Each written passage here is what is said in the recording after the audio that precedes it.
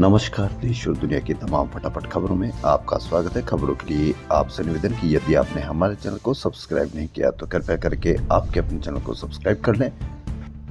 आप सब्सक्राइब करते हैं तो हमें हिम्मत होती है सही और सच्ची खबरें आप तक पहुंचाने की। तो आप अवश्य कमेंट करके बताएं कि एलपीजी बुकिंग की मारामारी के बीच तेल मंत्रालय ने राहत की खबर दी। पेट्रोलियम के नेचुरल गैस मंत्रालय की संयुक्त सचिव सुजाता शर्मा ने बुधवार को कहा कि एलपीजी सिलेंडर की पैनिक बुकिंग की जरूरत नहीं है।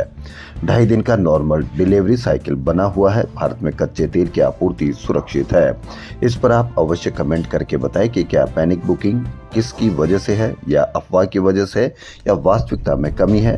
20% रेस्टोरेंट और होटल्स बंद होने की कगार पर है। वो क्यों बंद होने की कगार पर है? क्या उनको परमानेंट या उचित रूप से उनको गैस सिलेंडर की बुकिंग हो रही है या उनके यहाँ पहुँच रही है? इस पर भी आप अवश्य कमेंट करके बताएं।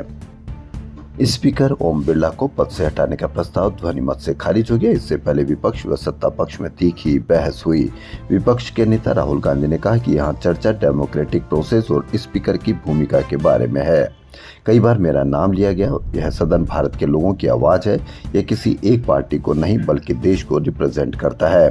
हर बार जब हम बोलने के लिए उठते हैं तो हमें बोलने से रोक दिया जाता है। राहुल गांधी ने कहा कि आखिरी बार बोलते हुए मैंने प्रधानमंत्री की ओर इशारा करते हुए कंप्रोमाइज का मुद्दा उठाया था। प्रधानमंत्री कॉम्प्रोमाइज्ड अमेरिका से दबे हुए हैं। सरकार कुछ खास मुद्दों पर चर्चा करने से डर रही है क्योंकि ब्लैकमेल होने की बातें आ जाएगी। राहुल गांधी बोले कि जब भी मैं विशिष्ट नामों खासकर अडानी और एप्स्टीन का जिक्र करता हूं तो मेरे भाषण के उन हिस्सों को सदन की कार्रवाई से हटा दिया जाता है। सुप्रीम कोर्ट ने बुधवार को फिर राष्ट्रीय शैक्षिक अनुसंधान और प्रशिक्षण परिषद पर नाराजगी जताई। एनसीईआरटी के निदेशक प्रोफेसर दिनेश प्रसाद सकलानी के हलफनामे में उल्लेख था कि कक्षा 8 की सामाजिक विज्ञान की किताब में न्यायपालिका में भ्रष्टाचार से जुड़ा विवादित अध्याय दोबारा लिखा गया है।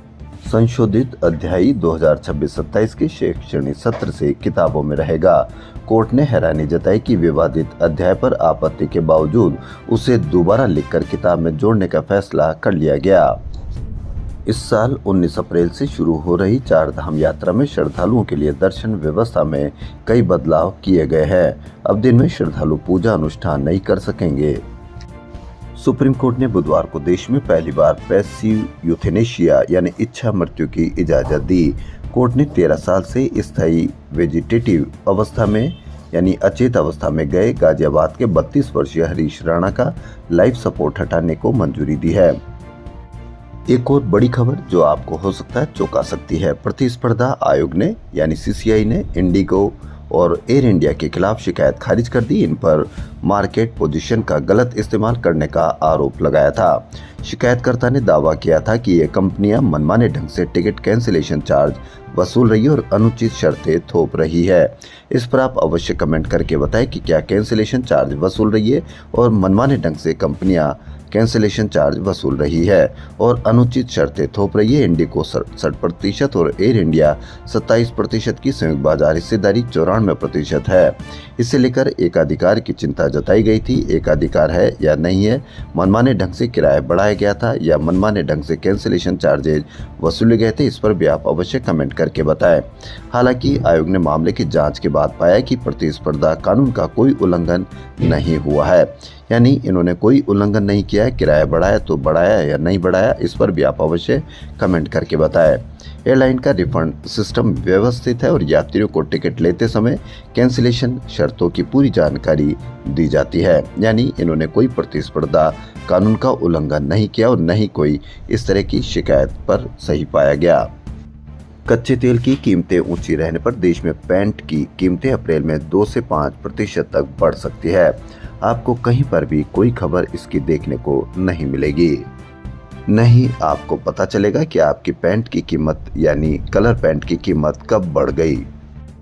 जवाहरलाल नेहरू यूनिवर्सिटी छात्र के रेफरेंडम में 90% छात्रों ने कुलपति शांति श्री धूलिपुड़ी पंडित के इस्तीफे की मांग का समर्थन किया। छात्र संघ के अनुसार 2409 छात्रों ने मतदान किया, जिनमें से 2181 ने वीसी के पद पर बने रहने का विरोध किया। वहीं 207 छात्रों ने उनके पक्ष में वोट दिया। जेएनयू-एसयू अध्यक्ष अदिति मिश्रा ने कहा कि रेफरेंडम वीसी की कथित जातिवादी टिप्पणियों और भ्रष्टाचार के आरोपों को लेकर कराया गया। यूनिवर्सिटी प्रशासन ने अभी तक कोई प्रतिक्रिया नहीं दी। आप इस पर अवश्य कमेंट करके बताएं कि क्या उनका इस्तीफा होगा या नहीं होगा।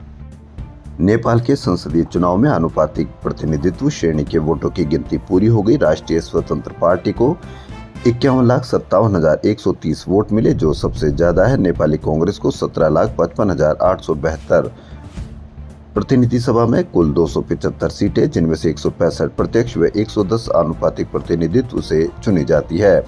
आरएसपी का कुल आंकड़ा 183 तक पहुंच सकता है।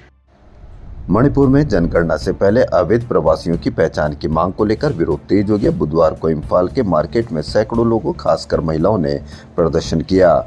प्रदर्शनकारियों ने आउटसाइडर्स की पहचान करो और एनआरसी नहीं तो जनगणना नहीं के नारे लगाए। उनका कहना है कि एनआरसी या किसी अन्य प्रक्रिया से अवैध प्रवासियों की पहचान किए बिना जनगणना नहीं कराई जानी चाहिए। इसकी भी आपको कहीं पर भी कोई खबर देखने को नहीं मिलेगी। प्रधानमंत्री नरेंद्र मोदी ने बुधवार को तमिलनाडु और केरल के दौरे में करीब 5,650 करोड़ रुपए की विकास परियोजनाओं का उद्घाटन, लोकार्पण और शिलान्यास किया। केंद्रीय बलों में 93,000 पद खाली, सबसे ज्यादा 27,000 सीआरपीएफ में। ये कहना है सरकार का। 93,000 पद तो वो पद है जो खाली है। यदि उन पर भर्ती की जाए तो 1 लाख पदों पर तो भर्ती हो सकती है और नए पदों का सृजन करना भी बहुत आवश्यक है ताकि बेरोजगारी दूर हो सके। लेकिन आपको कहीं पर भी इसकी कोई खबर देखने को नहीं मिलेगी। देश और दुनिया की तमाम फटाफट खबरों में फिलहाल इतना ही। धन्यवाद।